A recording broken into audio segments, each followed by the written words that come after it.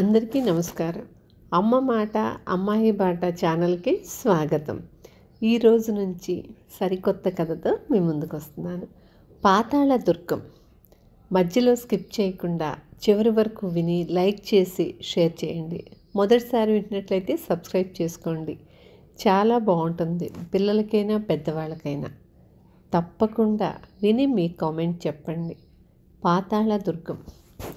కుంతల దేశపు మంత్రి కొడుకైన శశికాంతుడనేవాడొకనాడు భద్రుడు, జయంతుడనే మిత్రులిద్దరినీ వెంట పెట్టుకొని వేటకై అరణ్యానికి వెళ్ళాడు. అరణ్యంలో లేళ్ళు, దుప్పలు, అడవి పందులు సమృద్ధిగా ఉన్నాయి.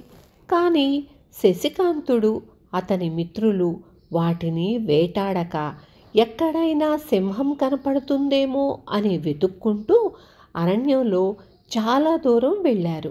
మిట్ట మధ్యాహ్నం వేళకు వాళ్ళ శ్రమ ఫలించింది. వాళ్ళొక కొండవాగు వెంట వెళుతూ ఉండగా వాగు అవతలి ఒడ్డున సింహం ఒకటి నిలబడి ఉండటం శశికాంతుడి కంటబడింది. సింహం అప్పుడే వాగులో నీరు త్రాగి తిరిగి అరణ్యంలో ప్రవేశించేందుకు బయలుదేరింది. శశికాంతుడు ఆ సింహాన్ని తన మిత్రులకు చూపుతూ, మనం గుర్రాలను ఇక్కడే వదిలి నిశ్శబ్దంగా వాగు దాటి సింహాన్ని అన్ని వైపుల నుంచి చుట్టుముట్టుదాం. మన బాణాల్లో ఏదో ఒక దానికి అది గురి కాకపోదు అన్నాడు. గుర్రం దిగి వాగుకేసి బయలుదేరిన శశికాంతుణ్ణి జయంతుడు భుజం పట్టుకొని ఆపి, శశికాంత, తొందరపడకు. ఆ వాగు అవతల ఉన్న అరణ్య భాగం కదంబ రాజ్యంలోనిది. ఆ రాజుకు మనకు మధ్య పచ్చగడ్డి వేస్తే బగ్గుమంటున్నది కదా.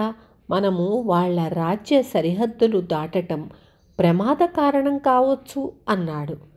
వేట తమకంలో ఉన్న శశికాంతుడు తన మిత్రుడి సలహాను విని అవహేళనగా నవ్వి, నేనసలే పిరికివాణ్ణి, మరీ అంతగా పిరికి మందు పోయకు. మనం కదంబ రాజ్యాన్ని జయించేందుకు జయత్రయాత్ర మీద రాజ్యంలో ప్రవేశించటం లేదు కదా. క్రూర మృగాన్ని వేటాడేందుకు పోతున్నాం. ఆ పని ముగియగానే తిరిగి మన రాజ్యం ప్రవేశిస్తాం అన్నాడు. శశికాంత, బాగా చెప్పావు. సింహం మన పాలబడితే మాంసాన్ని కదంబరాజుకు, చర్మాన్ని ఆయన ఏకైక పుత్రిక కాంతిసేనకు బహుమానంగా పంపుదాం అన్నాడు భద్రుడు. ఈ మాటలకు శశికాంతుడు పెద్దగా నవ్వాడు. సింహం తల తిప్పి తనకేసి వస్తున్న వేటగాళ్లను చూస్తూనే మెల్లగా గర్జించి తోక ఆడిస్తూ ముందుకు 2 అడుగులు వేసింది. అదే సమయంలో శశికాంతుడు సింహం కంఠానికి బాణం గురిచేసి వదిలాడు. బాణం రివ్వుమంటూ పోయి సింహాన్ని తాకింది.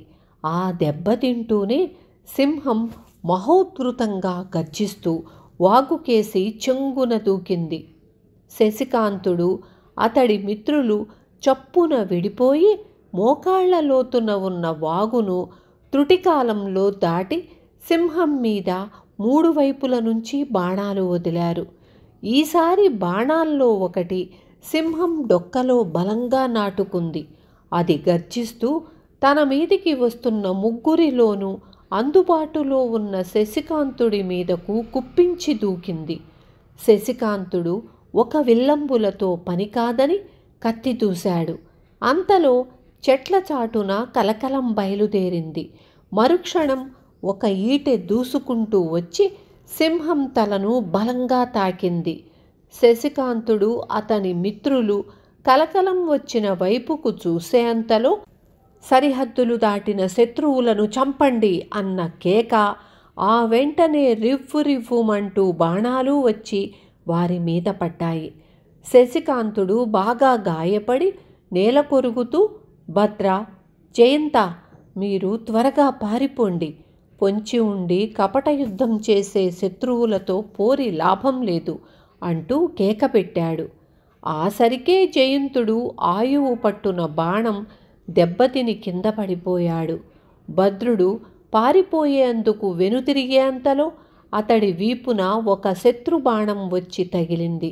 కానీ అతడా బాధను లెక్క చెయ్యకుండా అతి వేగంగా పరిగెత్తి వాగుదాటి చెట్ల కింద ఉన్న గుర్రాలను చేరుకొని అతి కష్టం మీద గుర్రం ఎక్కాడు.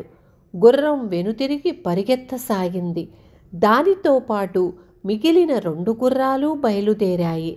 వాగువైపు నుంచి కొందరు శత్రు సైనికులు పరిగెత్తుకుంటూ వచ్చి భద్రుడికేసి బాణాలు వదలసాగారు.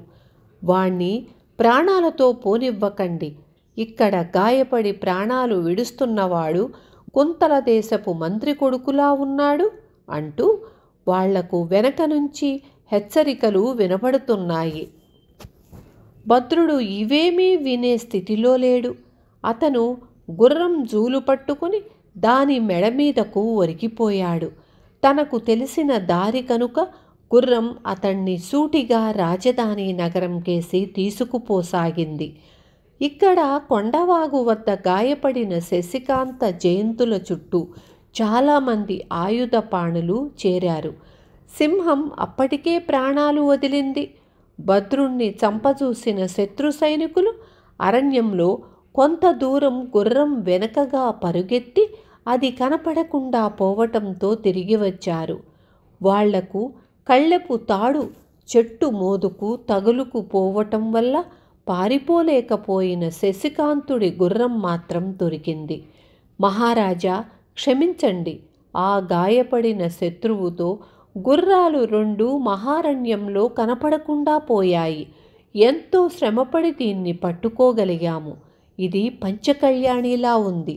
విలువైన జీను అవి చూస్తుంటే ఇది కుంతల దేశపు మంత్రి కొడుకుదని మాకు అనుమానం కలుగుతోంది అన్నారు సైనికులు గుర్రాన్ని తమ ఏలిక ముందు నడిపించుకుపోయి. కదంబరాజు ఉగ్రసేనుడు నిప్పులు చెరిగే కళ్ళతో ఆ సైనికులను క్షణం చూసి పక్కన చేతులు కట్టుకు నిలబడి ఉన్న సేనానాయకుడికేసి తల తిప్పి, సేనాని, గాయపడిన శత్రువును కూడా చేజిక్కించుకోలేని అర్భకులన్న మాట మన సైనికులు. వీళ్ల ధైర్య సాహసాలను నమ్ముకునేనా మనం కుంతలరాజుతో వైరం పెట్టుకుంది అన్నాడు ఈసడింపుగా. సేనానాయకుడు ఏదో చెప్పబోయి రాజు ముఖం మీది ఉగ్రత్వం చూసి మహారాజా అంటూ నీళ్లు నమలసాగాడు. ఉగ్రసేనుడు శశికాంతుణ్ణి సమీపించి నిశ్చలంగా పడి ఉన్న అతణ్ణి ఎడమకాలితో అటూ ఇటూ కదిలించి చూసి, వీడు మంత్రి కొడుకే, అనుమానం లేదు, ఇంకొంచెం ప్రాణం ఉన్నట్లు కనబడుతున్నది. వీణ్ణి ఎత్తుకుపోయి ఆ కొండ గుహల్లో ఎక్కడైనా పారవేసిరండి. ఐపు అజా దొరక్కుండా ఏ సింహమో తిని జీర్ణించుకుంటుంది. సరే, ఆ 2వ వాడి మాటేమిటి అన్నాడు. 2 సైనికులు జయంతుణ్ణి కదిలించి చూసి, వీడి ప్రాణం ఎప్పుడో గాల్లో కలిసింది మహారాజా అన్నారు. అయితే వాణ్ణి ఆ కొండ గుహలోనే పారవెయ్యండి అంటూ ఉగ్రసేనుడు సేనానికేసి తిరిగి, సేనాని, ఇవాళ మనం వేటకు బయలుదేరిన వేళ మంచిది కాదు. నేను బాణం గురిచూసి వదిలేటప్పుడు వీళ్ళు మామూలు కుంతల రాజ్య సైనికులు అనుకున్నాను తప్ప సాక్షాత్తు ఆ దేశపు మంత్రి కొడుకు, వాడి స్నేహితులు అయి ఉంటారని అనుమానించలేదు. ఆ రాజు మనకన్నా ఎన్నో రెట్లు బలవంతుడు. మంత్రి బుద్ధి చాతుర్యం మనం ఎరిగినదే. మనం నగరానికి వెంటనే తిరిగి వెళ్ళి మన సరిహద్దు సైనికుల వల్ల పొరపాటు జరిగిపోయిందని కుంతలరాజు నమ్మే విధంగా ఏదైనా మంచి పథకం ఆలోచించాలి అన్నాడు.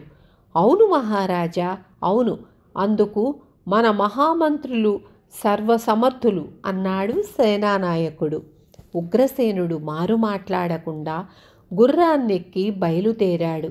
అతడికి వెనుకగా సేనాని కదిలాడు. సైనికుల్లో ఒక 10 మంది వెనుక నిలబడిపోయి శశికాంతుణ్ణి, జయంతుణ్ణి చాపచుట్టలలాగా భుజాన మీద వేసుకుని పరిహాసంగా ఓహోం ఓహోం భీ అంటూ కొండ గుహలకేసి పరిగెత్తారు. గాయపడిన భద్రుణ్ణి మోసుకుంటూ బయలుదేరిన గుర్రం నగర ద్వారాలు మూసేవేళకు అక్కడికి చేరింది. మంత్రి కుమారుడి కోసం ఎదురు చూస్తున్న ద్వారరక్షకులు అతడి మిత్రుడైన భద్రుణ్ణి ఆ స్థితిలో చూసి గాబరా పడిపోయారు. భద్రుడు బతికి ఉన్నాడో లేదో కూడా పరీక్షించి చూసేందుకు వాళ్ళు భయపడ్డారు. జయంతుడెక్కి వెళ్ళిన గుర్రం భద్రుడి గుర్రం వెంట ఉంది. ద్వారరక్షకులు భద్రుడున్న గుర్రం వెంట కాగడాలు తీసుకొని రాజనగరు కేసి బయలుదేరారు. వెన్నులో బాణం గుచ్చుకొని ఉన్న మనిషిని, రాజవీధి వెంట మోసుకుపోయే గుర్రాన్ని, దాని వెనుకగా కాగడాలు పట్టి నడుస్తున్న భటులను చూసి ఈ వింత ఏమిటా అని పౌరులు గుంపులు గుంపులుగా పోగయ్యారు. గుర్రం నేరుగా రాజప్రాసాదం ఆవరణ ప్రవేశించి గుర్రపుశాల వద్దకు వెళ్ళి నిలబడింది. ఈలోగా వార్త తెలియటంతో రాజు శతభానుడు, మంత్రి గంగాధరుడు అక్కడికి వచ్చారు. భద్రుణ్ణి నౌకర్లు జాగ్రత్తగా గుర్రం మీద నుంచి దింపారు. ఆస్థాన వైద్యుడు అతన్ని పరీక్షించి చూసి వీపులో గుచ్చుకున్న బాణాన్ని నేర్పుగా లాగాడు. ఆ సమయంలో భద్రుడిలో కొంచెం చలనం కనిపించింది. వైద్యుడు అతడి నాడి పరీక్షించి, మహారాజా, నా శక్తి కొలది ప్రయత్నిస్తాను. దైవ సహాయం కూడా ఉంటే భద్రుడు జీవించే అవకాశం ఉంది అన్నాడు. భద్రుణ్ణి ఒక మంచం మీద పడుకోబెట్టి నౌకర్లు అతన్ని భవనంలోకి తీసుకుపోయారు. అంతవరకు భద్రుడికి తగిలిన బాణాన్ని పరీక్షించి చూస్తున్న మంత్రి సేవకుణ్ణొకణ్ణి పిలిచి బాణాన్ని అతని చేతికిస్తూ, దీన్ని బాగా కడిగి శుభ్రపరిచి తీసుకురా అని ఆజ్ఞాపించాడు. శశికాంతుడు, జయంతుడు ఏమైనట్లు? మహామంత్రి, మన రాజ్యంలోనే మనకు ఇంత ప్రబలులైన శత్రువులున్నారని నేనెన్నడూ అనుమానించలేదు అన్నాడు రాజు శతభానుడు. మహారాజా, ఈ దురాగతం మన రాజ్యంలో జరిగింది కాదని నాకు తోస్తున్నది. భద్రుడు బతికి బయటపడితే అరణ్యంలో జరిగిందేమిటో మనకి పూర్తిగా తెలిసిపోతుంది. శశికాంతుడు, జయంతుడు తిరిగి వస్తారన్న నమ్మకం నాకు కలగటం లేదు. భద్రుణ్ణి గాయపరిచిన బాణం మీద ముద్రితలు, చిహ్నాలు చూస్తుంటే అంటూ గంగాధరుడు ఉత్తరీయంతో కళ్ళు తుడుచుకున్నాడు. శతభానుడి మనస్సు కలవరపడింది. మంత్రికి శశికాంతుడు ఏకైక పుత్రుడు. ఓదార్పు మాటలు ఎన్ని చెప్పి మాత్రం ప్రయోజనమేమిటి? మంత్రి ఇచ్చిన బాణాన్ని రక్తం లేకుండా శుభ్రంగా కడిగి గుడ్డతో తుడిచి సేవకుడు దాన్ని తెచ్చి ఆయనకిచ్చాడు. గంగాధరుడు బాణాన్ని ఒక కాగడా వెలుగులో బాగా పరీక్షించి చూసి నివ్వెరపోతూ దాన్ని శతభానుడికిచ్చి, మహారాజా, ఆ బాణం విడిచిన వాడు కదంబరాజు ఉగ్రసేనుడు. దాని అలుగు మీద అతడి రాజ్యచిహ్నమైన ఎలుగుబంటి తల ఉంది అన్నాడు. శతభానుడు బాణాన్ని పరీక్షించి చూసి, మహామంత్రి, దీని అర్థం ఏమిటి? ఉగ్రసేనుడు యుద్ధ ప్రకటన లేకుండానే మన మీదికి దండెత్తి వస్తున్నాడా? మన వేగుల వాళ్ళు ఏం చేస్తున్నారు? సరిహద్దు కాపలా వాళ్ల మాటేమిటి అన్నాడు కోపంగా. మహారాజా, ఉగ్రసేనుడికి మన మీద బహిరంగంగా దండయాత్ర చేసే శక్తి, సామర్థ్యాలు లేవు. అయినా మన జాగ్రత్తలో మనం ఉండటం మంచిది. సేనానికి చెప్పి సైనిక సమీకరణ, రక్షణ ఏర్పాట్లు చేయించండి అన్నాడు గంగాధరుడు. శతభానుడు సేవకుణ్ణొకణ్ణి పిలిచి సేనానాయకుణ్ణి పిలుచుకురమ్మని ఆజ్ఞాపించి భవనం కేసి బయలుదేరే అంతలో సైనికుడొకడు రొప్పుతూ రోస్తూ రాజు దగ్గరకు వచ్చి, మహారాజా, కదంబరాజు పంపగా వచ్చిన దూతలు నగర ద్వారాల వద్ద ఉన్నారు. వాళ్లను మీ దగ్గరకు తెమ్మని సెలవా అని అడిగాడు. ఉగ్రసేనుడు, మన వద్దకు దూతలను పంపటమా అంటూ శతభానుడు ఆశ్చర్యపోయాడు. దూతలెంతమంది? దర్పంగా కనిపిస్తున్నారా అని ప్రశ్నించాడు గంగాధరుడు. అలాంటిదేమీ లేదు ప్రభు. వచ్చిన వాళ్లంతా కలిసి 6. వాళ్లల్లో 2 పెడరెక్కలు విరిచి కట్టబడి ఉన్నారు. అందరూ ప్రాణాల అరచేత పెట్టుకుని ఉన్న వాళ్లల్లా కనిపిస్తున్నారు అన్నాడు సైనికుడు. దీని వెనుక ఏదైనా కుటిల రాజనీతి లేదు కదా మహామంత్రి? అరణ్యంలో ఏదో ఘోరం జరిగిపోయినట్లు నాకు అనుమానం కలుగుతున్నది అన్నాడు శతభానుడు తల పంకిస్తూ. ఉగ్రసేనుడు అందులో సమర్థుడే. ఏమైనా ఈ దూతల ద్వారా అతడు పంపిన రాయభారమేమిటో తెలుసుకోవటం అవసరం కదా. దూతల వెంట పెడరెక్కలు విరిచి కట్టబడిన బందీలేమిటి అంటూ గంగాధరుడు కొంచెం ఆగి సైనికుడితో వాళ్లను సభామందిరానికి తీసుకురా అని ఆజ్ఞాపించాడు. విన్నారు కదా.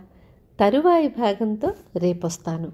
తప్పకుండా షేర్ చేయండి, లైక్ చేయండి. లైక్ చేయటం మర్చిపోకండి. Thank you.